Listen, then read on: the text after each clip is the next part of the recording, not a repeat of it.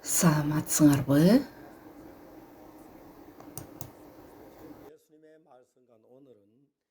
Бүгүн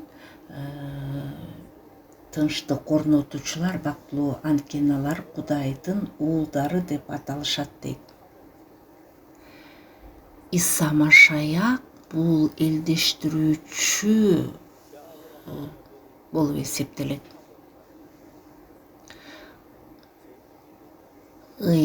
Китепте айтылгандай, күнөө бизди Кудайдан бөлүп турган, бизди элдештирген. Бул жерде жазылып турат: тынчтык орнотуучулар, бактылуу антенналар Кудайдын уулдары деп аталышат.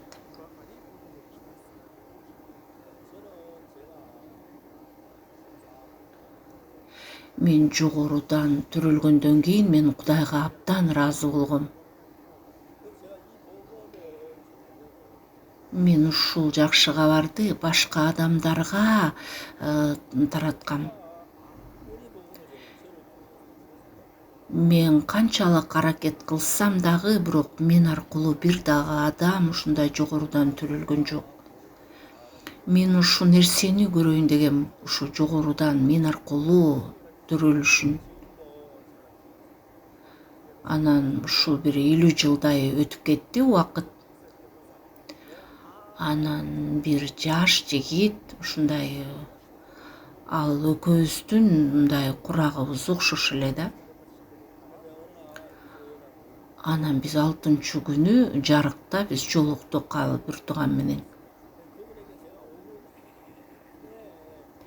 Анан мен анан кандай жол менен күнөөдөн куткарылуу алып жогорудан төрөлүшү жөнүндө ага айткам. 3-4 сааттай биз сүйлөштүк, бирок ал эч нерсе түшүнбөгөндөй мага көрүндү. Анан эртеси күнү ал базар күнү эле, анан ал ушул биздин эмеге келип туруп, жыйынга келип туруп, анан ал колун көтөрүп, мен күбөлүк сөз айтайын деп атам деди. Мен аркылуу ушу жогорудан төрөлүшү жөнүндө айтаттыр деп мен ойлодум. Анан бул киши эмне жөнүндө айтаарын мен абдан күттүм.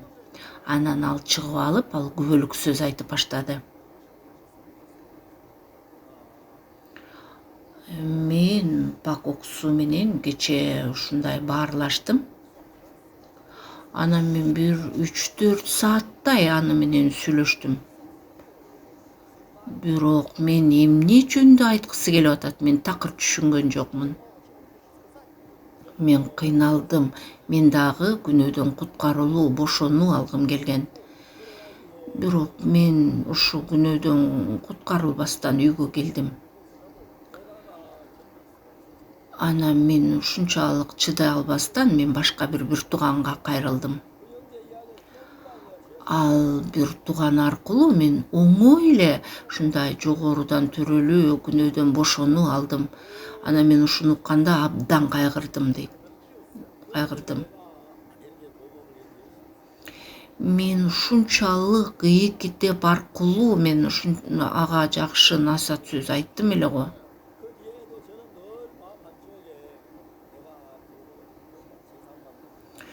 Анан мен ошондон кийин мен жан дүйнөмдө ушундай кыйналуу бар эле да, мен аркылуу эч ким жогорудан төрөлбөгөндүгү. Анан бир дагы адам жок эле да, ушу мен аркылуу жогорудан төрөлүү алдым деген. Мен Акуптон деген айылда жашаганда, ал бир айыл, тоолуу жер, анан өтө тынч жер эле. Ал мен жашаган жерде, ошол жердеги ошол үйдүн ээси аял абдан тамеки көп чекчү. Бирок ал абдан жакшы аял болгону менен ал көп жолу ушундай тамеки чекчү эле да. Анан мен 2 китепти окуп аткан жерден ал ошол кожойка болсо, ошол короодо тамеки чегип аткан. Анан анын досу келди. Мен 2 китеп окуп тургам, бирок алар эмне жөнүндө сүйлөшүп атканын мен уккам да. Анан алар сүйлөшүп, Анан ушул келген досу ким жашайт деп, ооба бир ушу жыйындан бир жакшы кабар, ушу Тегудан келген бир тууган деп. Эмне ушул жерде Исага ишенген бир туугандар барбы? Анан алар мен жөнүндө сүйлөшүп башташты. Анан мен ыйык китепти алып алып, мен аларга чыктым. Ой, саламатсыңарбы деп алар менен учураштым. Анан мен алар менен баарлашып сүйлөшүп баштадым. Мен азыр билбейм мен эмне жөнүндө алар менен сүйлөшкөнүмдү. Бирок сүйлөшүп бүткөндөн кийин алар ыйлап туруп анан ал күнөөдөн куткарылуу алган. Ал күнөөдөн куткарылуу алгандан кийин мен эмнеге таң калдым? Анын күйөөсү ушундай сокур, ал көрбөгөн киши эле. Анан 4 баласы бар, анан алар ушундай жашачу да.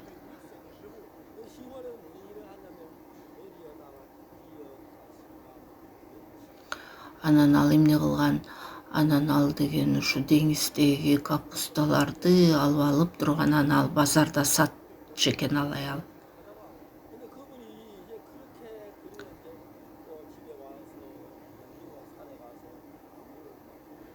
Анан кийин деген барып туруп отун чогултуп, анан деген ал үйүнө жагып, анан ушундай кыйын жашоодо жашаган ал аял. Ал көптөгөн убакытка чейин ал күнөөнүн айынан абдан кыйналган. Бирок ошол күнү мен 1-2 сааттай аны менен баарлашып, ал ушул күнгө чейин Иса ушул биздин күнөөлөрүбүз үчүн өлгөнүн билген ал. Бирок ал ишене алган эмес. Анын ушул аял үчүн төгүлгөн ушул өлгөнүн билген эмес. Бирок ушул күнү ал ушул Исанын төгүлгөн каны анын күнөөсү үчүн төгүлгөнүн ал уккан. Кудай менен ушул аялдын ортосунда күнөө дубал болуп турган. Бирок ушул күнү ушул дубал талкаланып, анан ушул аял менен Кудайдын жүрөгү бириккен да.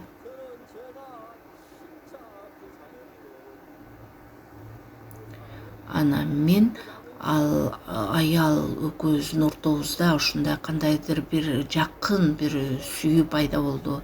Биз мындай, менден ал 20 жаштай улуу, мен ушул аял менен эркектин ортосундагы мамиле жөнүндө айткан жокмун. Анын жашоосу аркылуу мени көптөгөн нерсеге үйрөттү. Канча бир ай өткөндөн кийин анын күйөөсү көрө албаган сокур адам ал деген ушул күнөөдөн куткарылуу алган. Анын жашоосу өзгөрүлүп баштаган. Ал ушул өзүнүн айылында ушул сөздү тараткан, Кудайдын сөзүн. Көптөгөн адамдар күнөөдөн куткарылуу алган. Ал аял аркылуу. Мурда башка Кудайга ишенгендер, алар ошо күндүз ал сатчу, а кечки маалда ал сөзсүз түрдө биздин үйгө келчү. Ыйык китепти окуп, ырдап, Кудайды даңктап ушундай убакыт өткөзчүбүз. Мен Акуптонго келгенде башында бир нече эле гана балдар бар болгон. Бирок ушул аял куткарылуу алгандан кийин анан башка бир туугандар дагы, бир эркек бир туугандар дагы келе баштаган.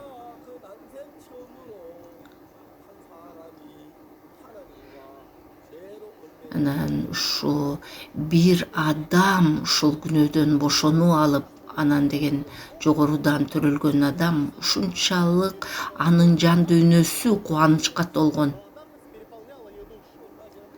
бир аз убакыт өткөндөн кийин ошо жин оорулуу адамдарда жиндер таштап баштаган адамдарды, анан ооруган адамдар алай сыйынганда көптөгөндөр айыгуу алган, анан ал жакшы кабар таратканда көптөгөн адамдар күнөөдөн куткарылуу алышкан жана жогорудан төрөлгөн.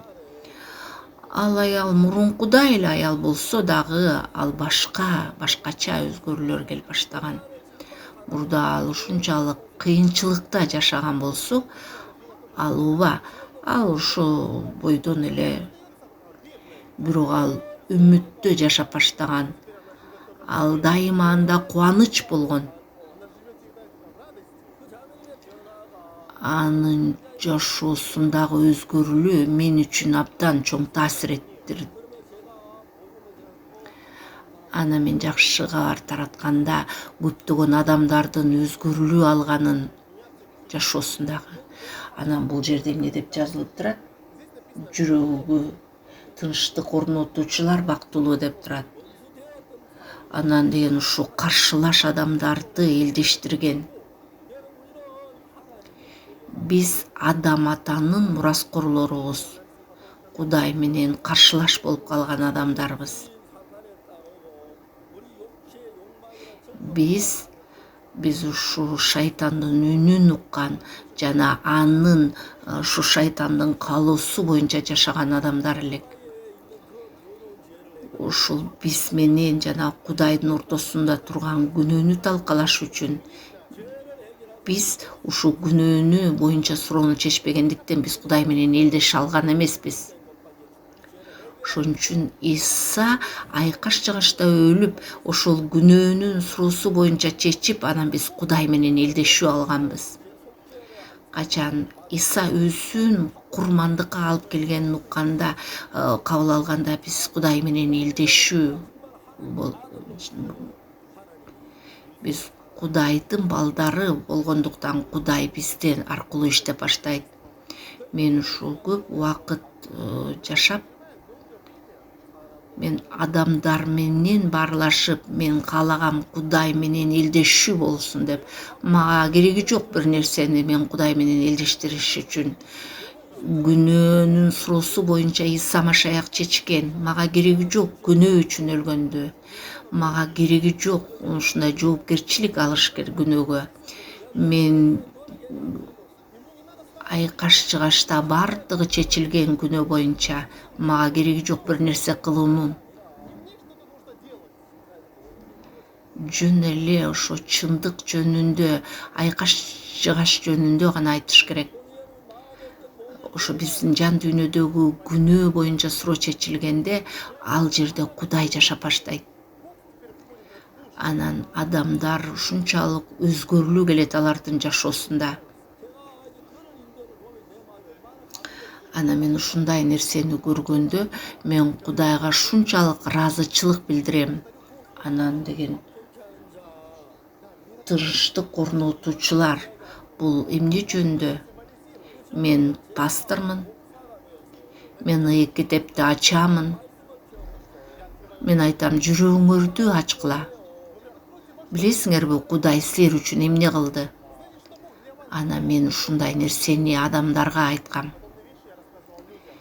Иса Машаяктын каны бизди күнөөдөн тазалаган жөнүндө айткам. Анан Иса айкаш-жыгачта менин күнөөм үчүн өлгөнүн билсе дагы, алар болсо менде күнөө бар дешкен. Көптөгөн адамдар айтат, пастор, ооба сиз туура айтып атасыз. Ооба, Иса айкаш-жыгачта биздин күнөөбүз үчүн өлгөн. Бирок биз күнөө кетирип атпайбызбы? Биз күнөөкөрбүз да. Анан кантип биз айта алабыз күнөө жок деп? Көптөгөн адамдар ушинтип айтышат. Анан мен ыйык китепти ачып туруп, анан мен аларга айтып баштайм.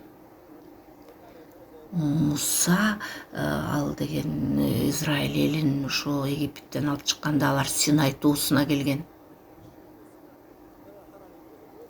Анан Кудай ага айткан, Муса, сен Синай тоосуна чык деген. Анан ушул ташлоокторго ал ушул 10 осуятты жазып берген. Алар Египетте жашаганда Египеттин мыйзамы менен жашаган. Бирок алар Египеттен чыккандан кийин ал мыйзам иштеген эмес. Алар мыйзамсыз болчу. Алардын жашоосунда ушундай эч кандай эме болгон эмес да. Анан ошо Муса аркылуу ал 10 осуятты менен Ташылоокторго башка кудайларга табынба, өзүңө башка буркандар болбосун, Кудай Теңирдин ысмын ыйык сакта, 6 күндү сакта, ата энеңди сыйла, өлтүрбө, ойноштук кылба, урдаба, жалган айтпа жана каалаба башканыкын деп. Кудай Теңир ал деген ошо Ташылоокторуна 10 парызды жазып осуятты. Анан алар ушул Ташылооктор менен ал жерге түшөйүн деген. Бирок эгерде мыйзам келсе, анда ошо мыйзамды бузган адамдар көп болот.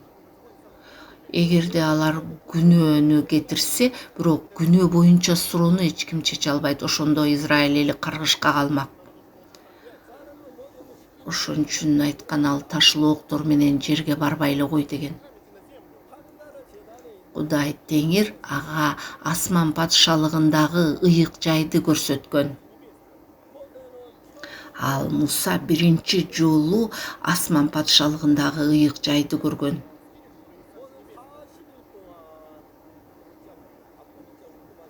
Муса ал 40 күнү түнү ал тамак жеген эмес. Мына бул курмандык чалынуучу жай, бул үстүл, бул болсо ушундай чыракпай деген, бул болсо ыйык жай. Анан бардыгын ал көрсөткөн. Анан Кудай Теңир Мусага эмне деп айткан? Муса, сен көрдүң асмандагы ыйык жайды, ал жердеги бардык нерселерди. Эми сен жерге түшүп туруп, анан эмнени ошо асманда көргөн нерсеңди жерге дагы кургунуң деген. Анын колунда Ташылооктор болгон. Бирок Мусанын жан дүйнөсүндө ал ошо ыйык жай болгон асман падышалыгында көргөн. Анткени күнөө кетирген адамдарга курмандык алып келиш керек болчу кылган күнөөсү үчүн. Анан жерге түшүп туруп, анан ал айтканда асман падышалыгындагы көргөн ыйык жайды, бирок бир азыраак, кичинерээк. Анан алар ушул жерде ушундай ыйык жай кылган. Алар курмандык жалынчу жай, анан ал ушундай кол жуугуч үстүл, чыракпай коюшкан. Анан деген алар ушундай курмандык чалынчу жайды курган. Анан бардыгы жасалган. Анан Кудай Теңир Мусага айткан. Анан кайсы адамдар күнөө кылса, күнөөдөн куткарылуу алыш үчүн алар курмандык алып келиш керек. Же болбосо козу же ушундай теке алып келиш керек эле курмандык катарында. Анан көптөгөн адамдар ушундай курмандык алып келишкен күнөөдөн бошонуш үчүн. Анан Муса ыйыктоочуну алып келип туруп, анан ошол курмандыкты, ошол алып келген курмандыкты күнөөдөн куткарылыш үчүн сөзсүз түрдө курмандык ошо козу же теке керек эле. Анан ошол козуга 2 колду коюш керек эле ыйыктоочу. Анан ошондо күнөөлөр ошол козуга өтөт. Анан деген мууздагандан кийин анан деген канды чогултуп туруп, анан ыйык жайдагы ошо коюлган мүйүздөрдү сыйпаш керек эле ошо кан менен. Анан калган канды ал столдун астына төгүшчү. Анан ал ичин жарып туруп,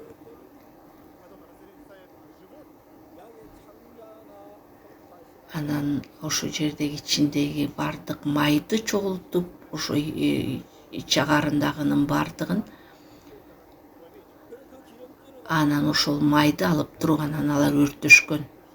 Анан ошондо ошо курмандык алып келүүчү нерселердин бардык күнөөлөр ошондо кечирилет. Израиль эли күнөө кетиргендиктен алар күнөөдөн бошонуш керек эле. Анан алар болсо, алар деген дайыма мындай курмандык алып келиш керек эле. Бирок ушул мындай айырма бар да, мындай убактылуу дүйнөдө, убагы бар дүйнө. Биз жашап аткан нерсе бул деген убактылуу, убакыт бар дүйнө. Мындай убакыт өтөт да бул эмес. Бирок түбөлүктүү жерде, ал жерде мындай убакыт өтпөйт. Элестетип көргүлө, бир сууда аккан, арыктагы суу. Эгерде ушундай бир баракты таштаса, ал сөзсүз түрдө ошол ал ордунда турбастан ал суу менен кошо агым болуп агат. Суу каяка кетсе, ал ушул убакыт дагы ошондой болуп өтөт. Азыр мен ушул бир туган менен мен азыр насаат сөз айтып атам. Бул убакыт турган жок, өтүп атат. Анан бир аз убакыт өткөндөн кийин ал ушул убакыт азыркы бойдон кала бербейт. Анан келечекте кайра ушундай мезгил алмашуу болот да, мындай бирок түбөлүктүү дүйнөдө ал жерде кийин боло турган жана боло турган андай жок да. Эгерде кагазды убакыт жок дүйнөгө бир кагазды алып туруп таштаса, ал жөн эле ушул кагаз жөн эле бойдон туруп турат. Эгерде ушу мезгили бар жерге ушул кагазды ыргытса, ал кагаз ошо суу менен кошо агым болуп агат, убакыт өтөт. Эгерде ушул ооба чынында ошо курмандык алып келгенде убактылуу дүйнөдө ооба, бирок убакыт өткөн сайын курмандык алып келген нерсе өтүп кетет. Эгерде кайра күнөө кетирсек, анда ал мурдагы алып келген курмандык уже жарабай калат. Анткени ал өтүп кетти. Эгерде адам кайрадан күнөө кетирсе, анда кайра курмандык алып келиш керек. Кайрадан ушу козуну алып келиш керек эле курмандык чалуу үчүн. Анан алар убактылуу дүйнөдө, асмандагы түбөлүктүү дүйнөдөгү. Анан алар ушундай козун алып келген.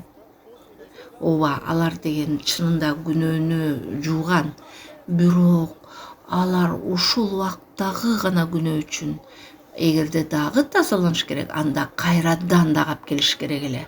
Кайрадан козун алып келип туруп курмандыкка чалыш керек эле. Бирок Иса бул дүйнөгө биздин күнөөбүз үчүн курмандык. Айкаш жыгачта өлүү. Иса биздин күнөөлөрүбүздөн тазалаган.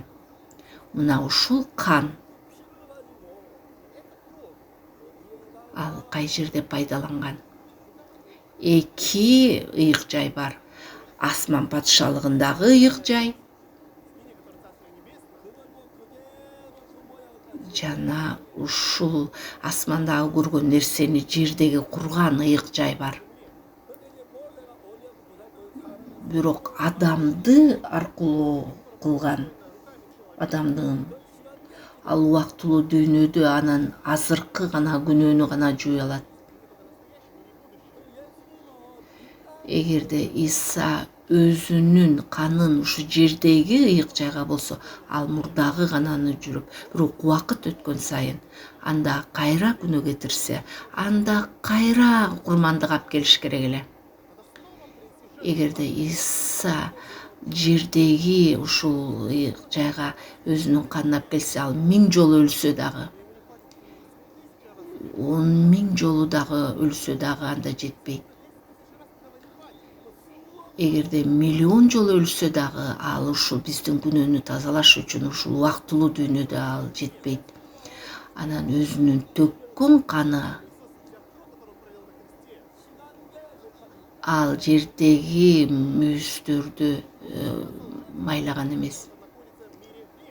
Анан Еврейлик 9-бөлүм 11-ырсапта эмне деген? Бирок Машаяк келечектеги жакшылыктардын башкы ыйык кызмат кылуучусу катары кол менен жасалбаган, башкача айтканда, бул дүйнөгө таандык болбогон мурункудан чоң жана жакшы чатыр менен келди деп.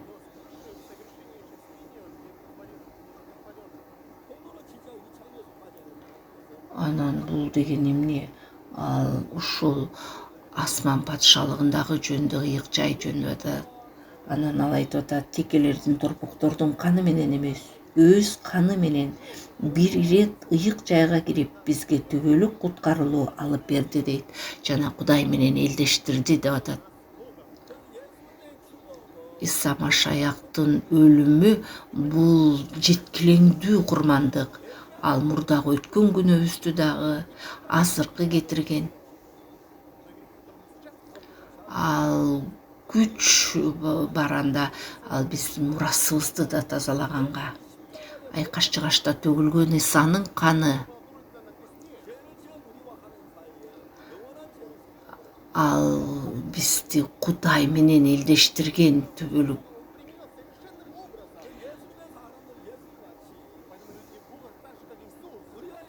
Бизге кереги жок айкаш-чыгашта өлүштүн, кайра Кудай менен элдештирүүнүн кереги жок. Иса Машаяктын ушул айкаш-чыгаштагы төгүлгөн ал жетиштүү. Мен өлгөн эмесмин, мени башка адамдарды Кудай менен бириктириш үчүн Иса Машаяктын каны жетиштүү, Кудай менен бириктириш үчүн. Ким ушуну кабыл алса, ишенсе, андай адамдар Кудай менен элдешкен. Мен дагы ушу рахмат, жолукканга чейин жакшы калгыла.